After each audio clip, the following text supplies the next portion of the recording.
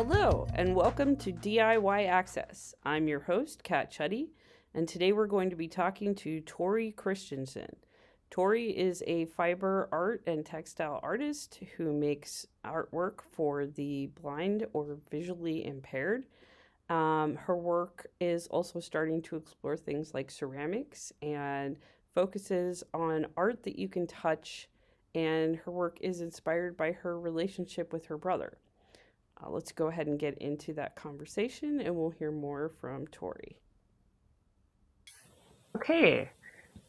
Um, I'm a little bit nervous. I'm really excited to talk to you today. So, how are you doing? I'm doing good. I'm a little bit nervous too. So, Well, thank you, Tori, for being on the podcast. We can go ahead and start with you introducing yourself and maybe talking about some of your work really quick, okay. and then we'll go from there. Okay. So, I'm Tori Christensen. I'm an artist who makes tactile fiber art for the blind and visually impaired. I like to make dynamic textures out of all different kinds of fibers so it can be soft and touchable. I actually just started doing some ceramic work, so I'm incorporating braille into that and then trying to get that into my fiber pieces as well. That's TBD right now, working on it. But that's mostly what I do. That sounds amazing. I know the way that I found you was through Instagram, and I ran across the tactile work. I guess we should start with like how you started making this work. So you can walk us through that whole process. Like, have you always been an artist since you were little? Was this part of the narrative that I already know a little bit about with your brother? hmm So I've always been really interested in art. Actually, when I was young, I didn't know how to read or write until like third grade. And the only thing that helped me do that is to start writing in calligraphy because it used the art part of my brain. So for a few years, I only wrote in calligraphy. So it's always been a really big part of my life and really big part of my learning. And it's something that me and my little brother love to do together. And my little brother was diagnosed with cancer when he was 7 and I was 11. And so he lost his sight, and it was really hard to find ways to play the same way. And so I tried lots of different things. We did different tactile projects together. We played with snow together. I like quote unquote painted his bedroom wall just by getting a giant fuzzy blanket that covered the wall so that way he could feel it instead of just see it. Um, and then I studied art my freshman year of college. I got an art scholarship for Snow College, which is like a community college in Ephraim, Utah. It's really small, but they have a great arts program. And I had a solo show there, and I tried to incorporate Paul, but I didn't really do it so successfully. I assigned colors to different notes, and so I did these paintings in the key of C or B flat, but I didn't make audio for it. So Paul came to see it and he's like, this is great. And so I was like, I probably should have made this more accessible.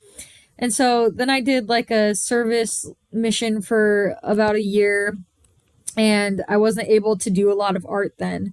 So I lost a lot of my skill, like my drawing skills and my painting skills. And it was really frustrating when I came home because I couldn't do what I used to be able to do. And so art wasn't really fun. It was mostly just frustrating. So I was like, okay, I need to find a way to make this fun. I need to find a way to like make this something that I can make accessible for all different kinds of people. And so I started doing like needle point felt needling, and I really liked that. So I was like, how can I make this into something that Paul could enjoy? And at the time, I was teaching at an after school program for students who had recently transitioned out of homelessness. And so it was really fun. It was a really great job. I got to see them enjoy new things. And one of the biggest things that stood out to me was them learning that like food grew from the ground. Like I tried blueberries for the first time with some of them and raspberries and stuff. And so it's like, how can I bring greenery into a home for these kids and also involve my brother? So I started making these gardens out of ta- fiber. So they were soft to the touch and they were green. And I named my little business Urban Gardens. So that way they were small, they could fit into an apartment, but they were also something that could involve all kinds of people with all different kinds of abilities.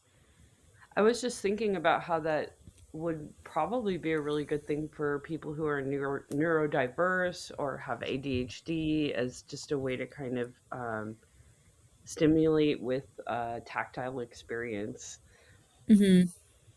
I was also thinking about you were talking about adjusting your art practice, and I think that that's something a lot of disabled artists have to go through as their bodies change. Is like what does your art practice turn into as you go through changes in life, whether those are physical or you know skills not being practiced. And I think that's a really important thing to talk about. Did you, when you were working with your brother when you were little, as much as you can remember, was it like a family effort, or did you kind of take on this idea of finding accessible ways to communicate and play as like a personal mission of yours? Were the two of you very close? Yeah, me and my little brother were like best friends. We got along super well. We played in the backyard together. We would walk and get our popsicles from the store and then walk home and eat them all before they melted. Um, and my mom is an artist, so she loves to paint and she's really creative. So I took after her in doing that. So did Paul, and so we we all kind of did art together.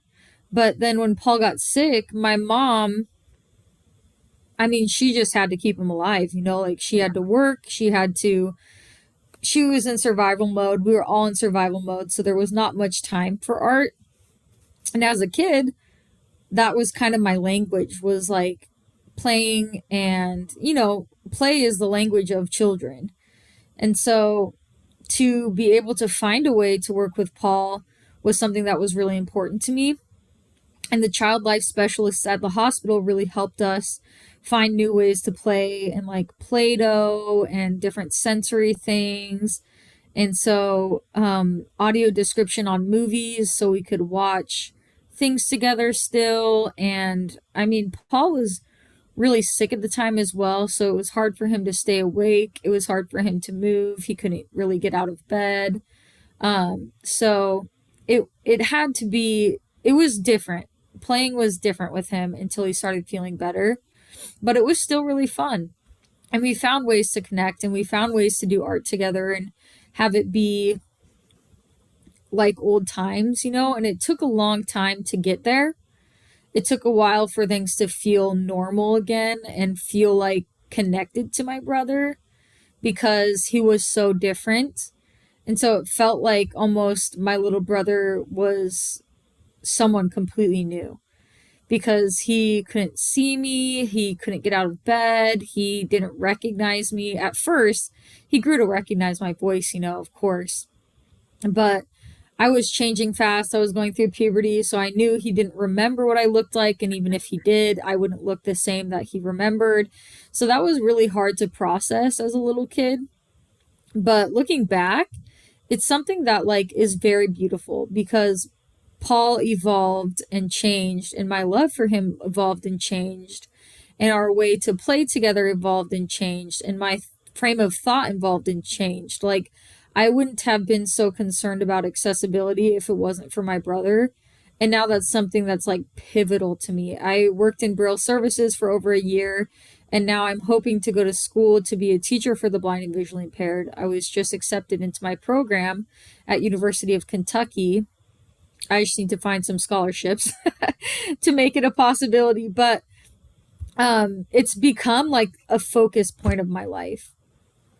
That's incredible to hear. I know that's something that a lot of people go through, either in their experience of their own disability, or they have family members and they start realizing how this is really a human rights issue, and how we're all going to encounter this in some form at some point in our lives. And so finding ways to meet each other halfway, like you said, to communicate, to play, to grow and evolve together, I think is really critical. Hmm. And like everybody deserves that. Everybody deserves to play and to be able to express themselves creatively. Obviously, as well as a million other things that everybody deserves. But in this conversation, everybody deserves equitable services and equitable access to arts, whether that's visual arts or performing arts.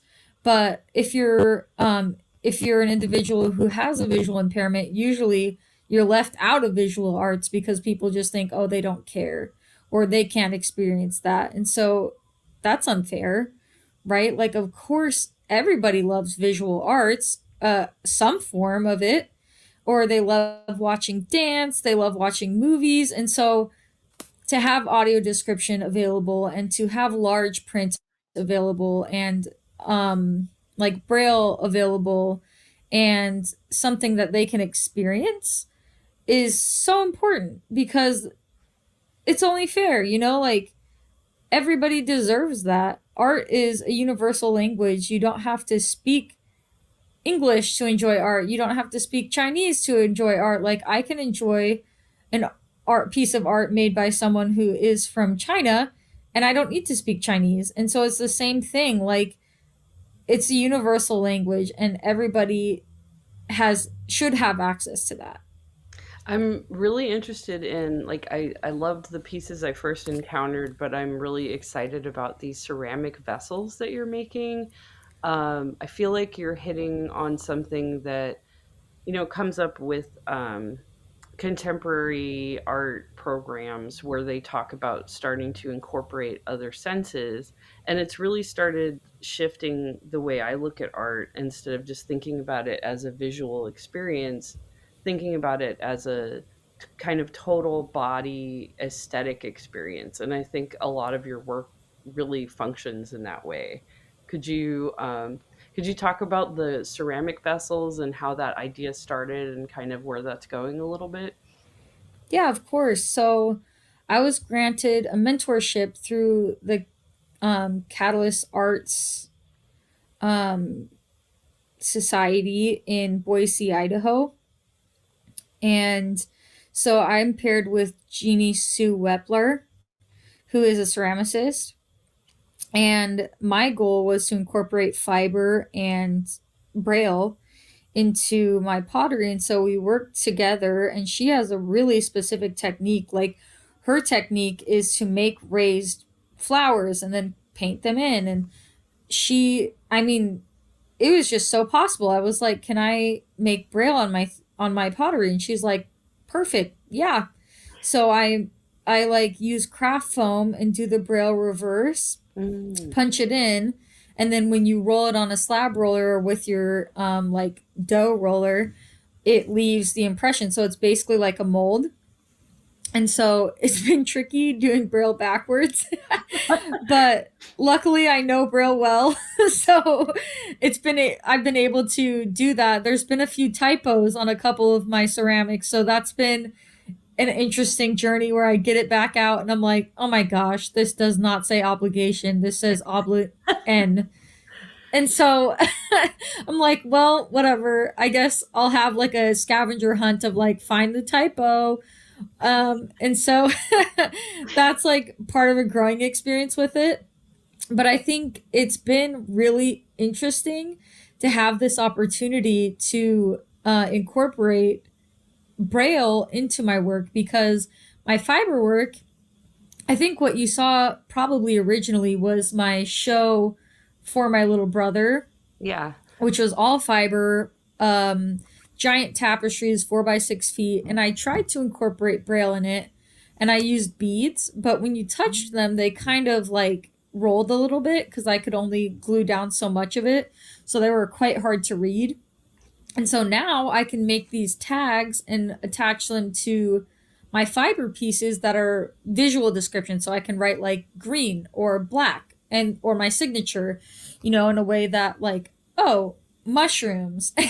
So you can read it in braille and feel it. And so that's been an interesting way as well. But I've really liked to do the vessels so far most, because like the sayings have been really fun to find, and finding things that speak to people who might have different abilities than me, um, and trying to find something that's inclusive and thinking through things through that lens has been really enlightening, as well as just the process has been really mesmerizing. It's been very fun to do because it's so purposeful and it's so new to me and it's so just fun.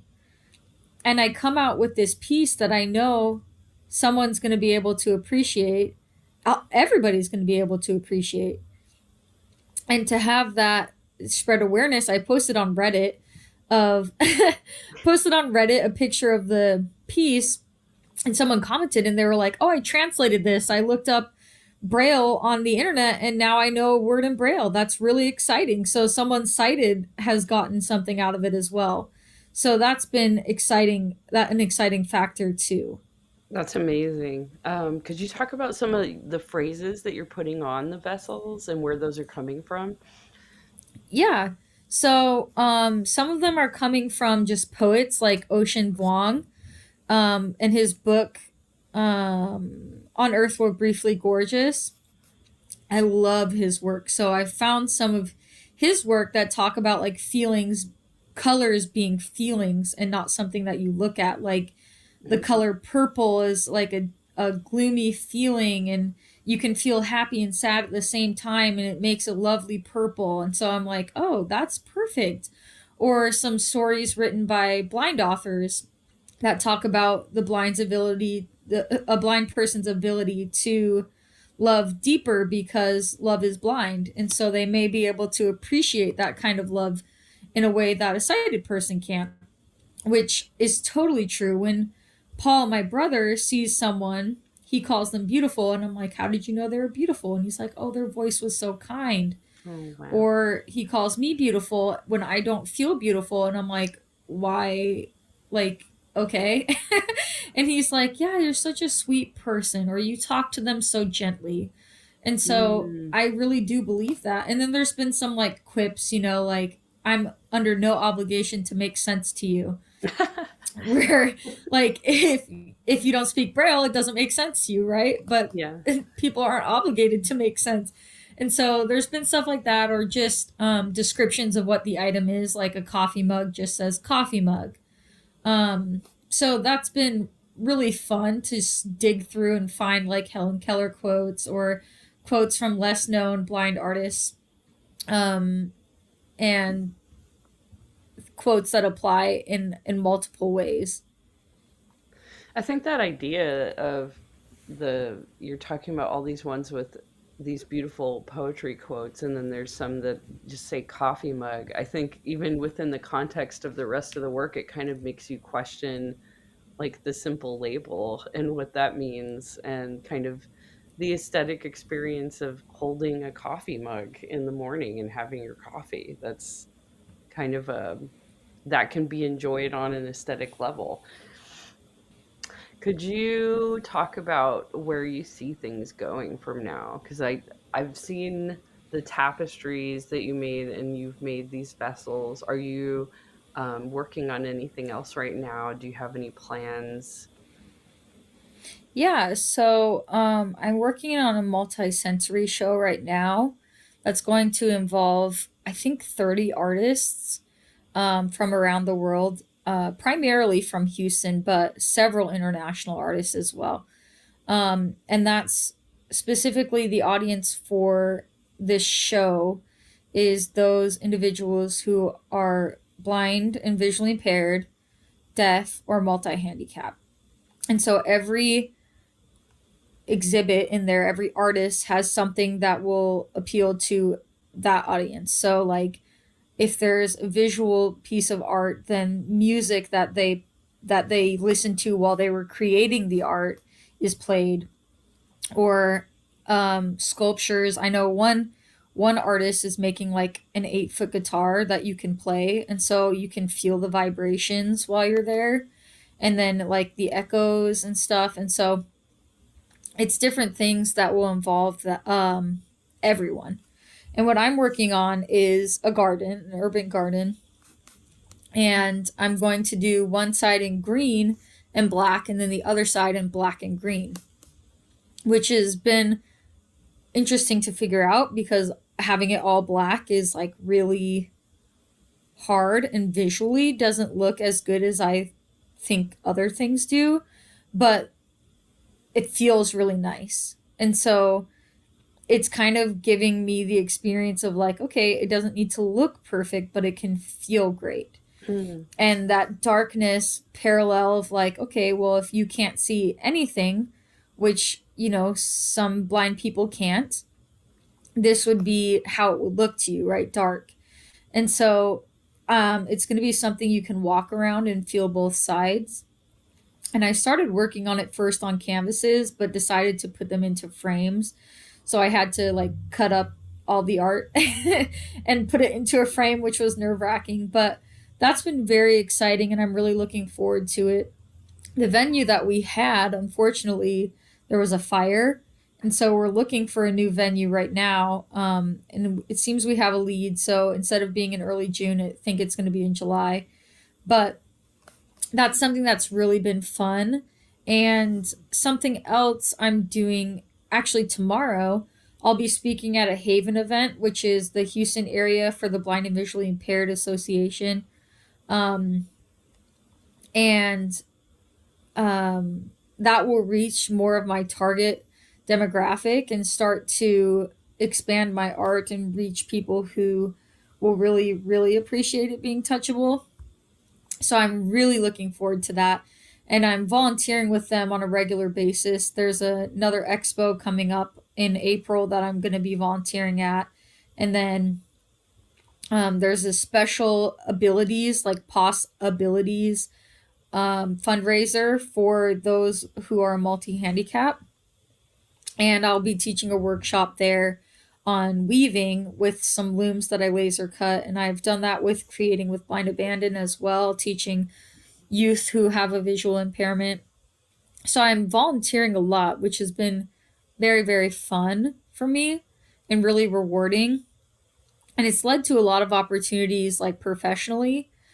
I was just tentatively invited to speak at the University of Alabama. So that's really exciting in a professor's class, so a guest speaker there, which I'm really looking forward to, and I hope works out correctly, like the way it should. We're thinking it will, though.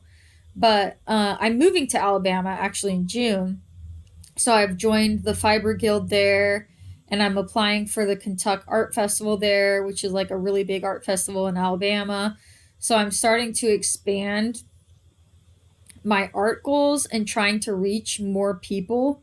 So that way the mission can be reached by more people. I'm doing fundraisers for different organizations. So I think things are looking up. I'm glad you mentioned money. I was going to ask for those of us that are listening and want to do work like this and maybe expand some of what we're doing. Do you have any advice for how to keep the ball rolling, how to increase your income so that you can work on larger projects? Because I feel like this is something that isn't talked about a lot. So any advice you could offer those of us? Yeah. Yeah, I think like the number one thing I would give advice for is to create a website. So many opportunities have opened up to me because I had a website. Because a lot of times you need to put a website on an application for a residency or funding or even a market. And maybe you don't have to put a website, but it gives you a leg up if you have a website or people visit your website. So that was life changing for me. I actually read it in Austin Kleon's book, Keep Working. Keep going, keep going. And he's like, if you get one thing out of this book, it's to create a website. And I was like, okay, I guess I'll create a website. And then boom, I got in an art show. I got into a juried market. That was my like ultimate goal. It was my 2021 New Year's resolution to get into the Sawyer Market second Saturday art show or art market. And because I had a website, I did. And so website. I was gonna say I can back this up. A lot of my peers in my graduate program are younger than me, and they're very reliant on Instagram. But I have had more opportunities professionally come from the website than from Instagram or Facebook or anything like that. So, yes, website very important. Yeah, I definitely agree. I mean, I think I have like 650 followers on Instagram and I've like done campaigns and paid for ads and it just like doesn't get that much traffic. Right. But the residency I applied for the show with the giant tapestries, they paid for the equipment that I needed and the supplies that I needed. Wow. So I would also make sure to just find local opportunities like that. Um, and that also came through my website. The curator saw my website and reached out to me and asked me to apply, and there was other applicants as well. So I ended up getting the residency, which was really exciting. But the same thing with the mentorship in Idaho. I applied for that, created my CV, gave them my website, and was selected for this mentorship. And it's been really rewarding, and I've learned so much about pottery and clay, which I'd never worked with before. So put yourself out there, like even if you're not necessarily qualified for it. I had never done a big show before. I'd never made something on that large of scale. I'd never worked with pottery before.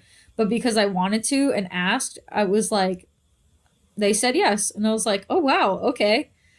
And that led to money making opportunities, but also chances to meet people that I have really changed my life. Could you talk about the show you're organizing and like how did that happen? How did you, was it something that kind of organically came out of the people you've been meeting, or was this like a plan that you had? The multisensory show. Yeah. Okay. So, this was an opportunity through Instagram. So it is possible, even if you only have 650 followers. um, but someone reached out to me and they were like, hey, this art show looks like you'd be a really good fit for it. And so they're like, but the applications have closed, but this is the curator's number if you want it. So I called the curator and they were like, oh my gosh, I've seen your Instagram. This is perfect. Like, thank you so much for applying. And so I applied and it's mostly his show, Nelson's. But then our venue burned down literally. There was a bombing, which is so shocking and sad and devastating for many of the artists. And so we had to change venues and he was having a hard time managing and juggling everything on his own. So Mm. he reached out and asked if I wanted to assist him in finding that venue and seeing if we can get into Miami Art Week and photographing some of the other artists' work. So now we meet every week and I've gone venue hunting with him, which has been really fun. And so our ultimate goal is to start a gallery, that like a touchable gallery, multi-sensory gallery, and to get to Miami Art Week. So hopefully that works out. I wanted to ask about that. It's a great way to segue into it. Um, this is something that we talk about a lot in graduate school. How do you get people to touch things, especially when the traditional kind of mood of a gallery or a museum is this kind of sterile, like hands off approach? Mhm. What kind of techniques and approaches have you found are like really successful for kind of dispelling that weird awkwardness? Yeah, I at the markets, I'm able to talk to people who come up and I can tell them they can feel, which is really easy. But at the art show, I had to be careful. The art show that was like with the residency and the big tapestries, I had to be careful to make sure that those who were blind knew they could touch because they couldn't read a sign, Mhm. and like I had large print, and but still not everyone can read large print or find the large print. It was kind of like a maze to get to the actual gallery in the East End Makerspace. And so I recorded something and had it on loop every like 3 minutes or something that said like, "Welcome to the Technique Gallery.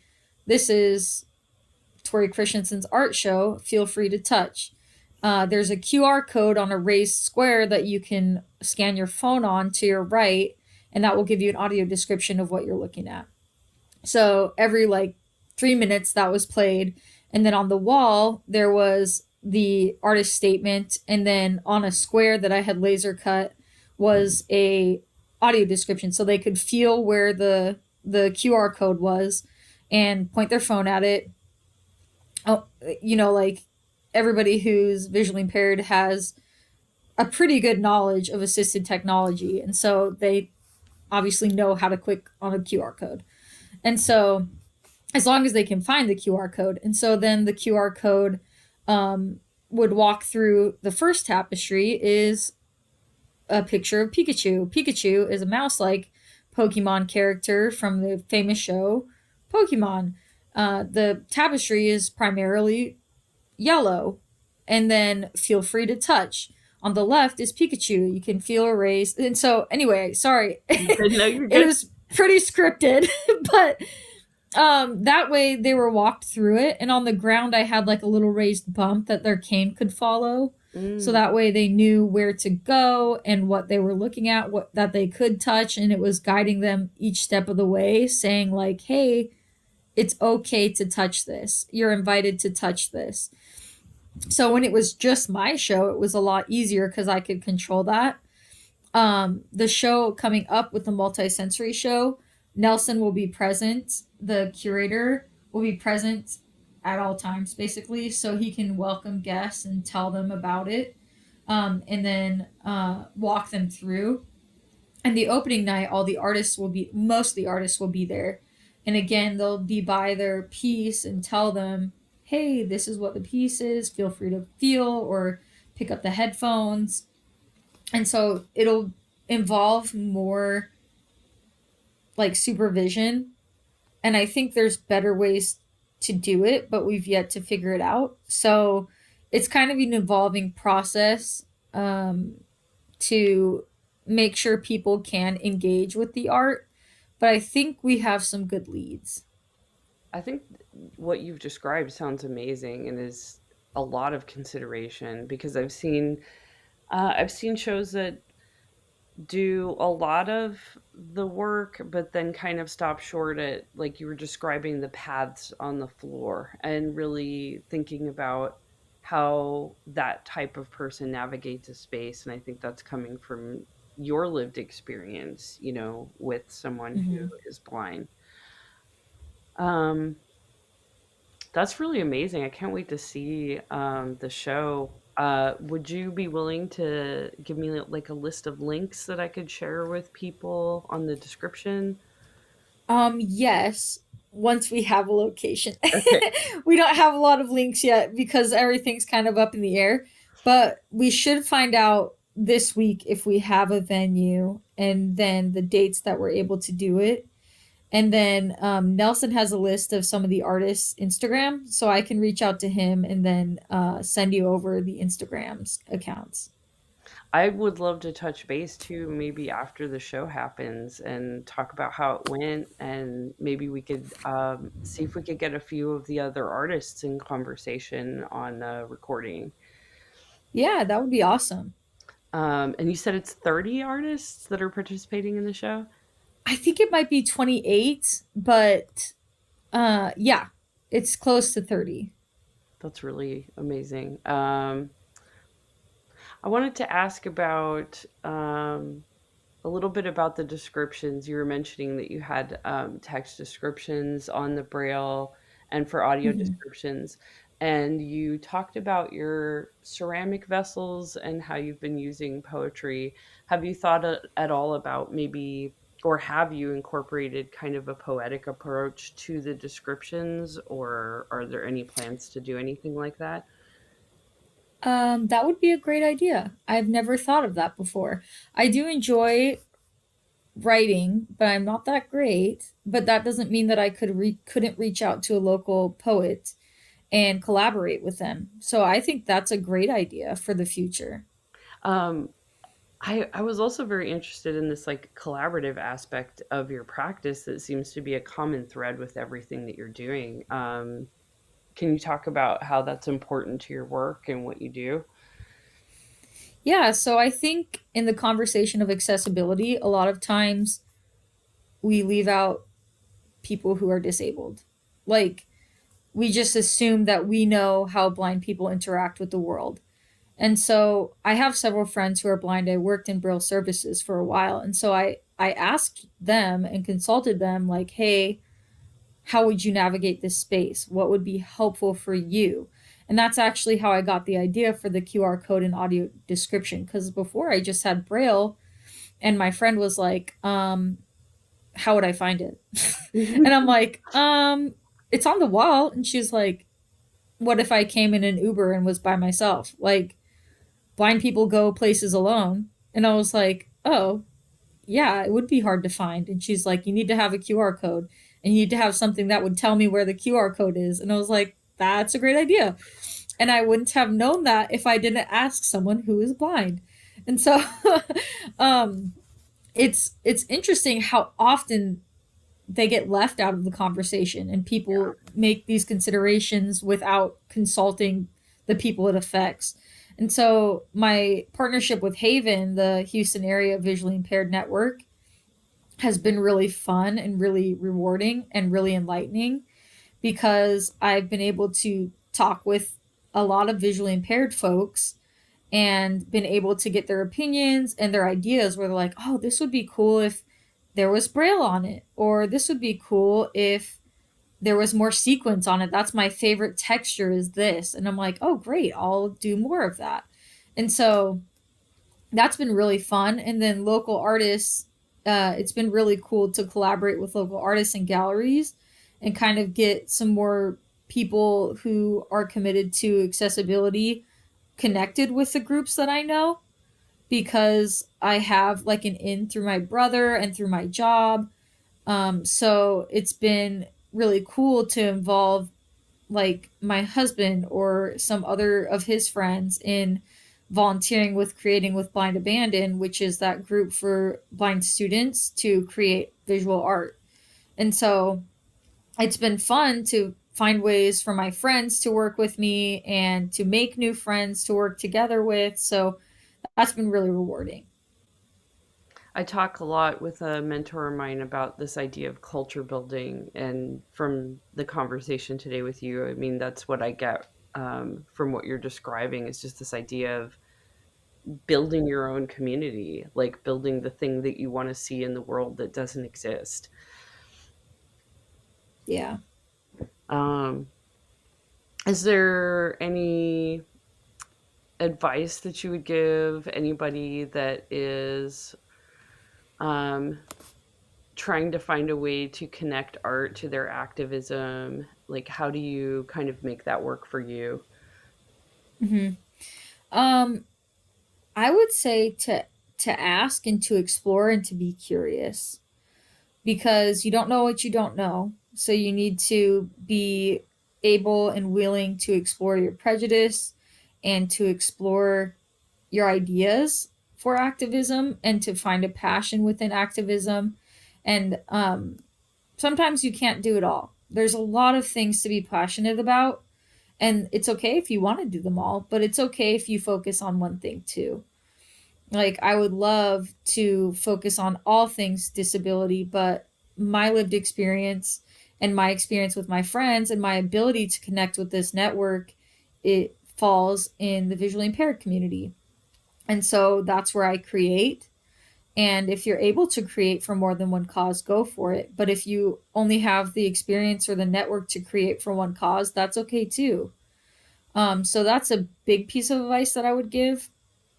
And then some other pieces of advice would be to be curious and to be willing to make mistakes. Because, like, for example, my art show that didn't put the chords in, and so it was in the key of B flat, but there was nothing to listen to. Like, that was really a big learning experience where I'm like, oh, okay, not like people can't see sometimes.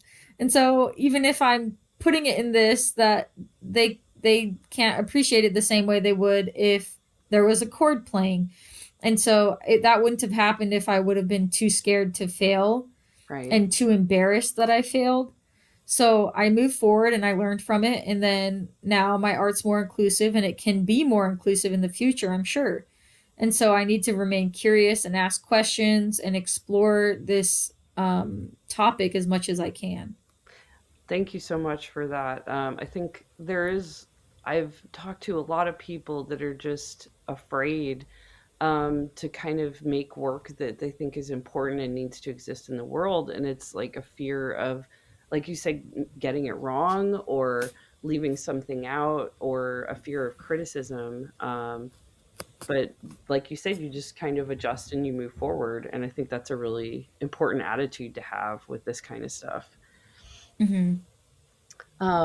Is there anything that you want to add? I think we've covered most of the stuff that I wanted to ask you about. Is there anything that you want to plug, projects, or if you want to talk about any causes that you're working for right now that you're excited about? Yeah. So I really love Creating with Blind Abandon, the group that teaches visually impaired students art, tactile art.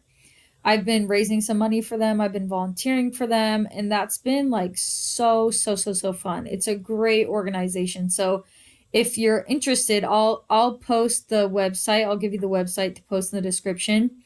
But you can always reach out to Kathy or Linda who runs the program, and you can volunteer with them. You can donate supplies. So that's been really cool. And then also TXRX Labs, if the East at the East End Makerspace, they've been a really great resource in the Houston area. That's how I laser cut my looms. That's how I do my woodworking. That's where I do my ceramics. That's where I do my 3D printing. So it's given me a lot of tools that I wouldn't have access to otherwise. And so I definitely want to plug them if you're in the Houston area to check it out. And I know not everyone listening here is in the Houston area, so sorry that it's niche, but um, yeah, that's pretty much what I have to say.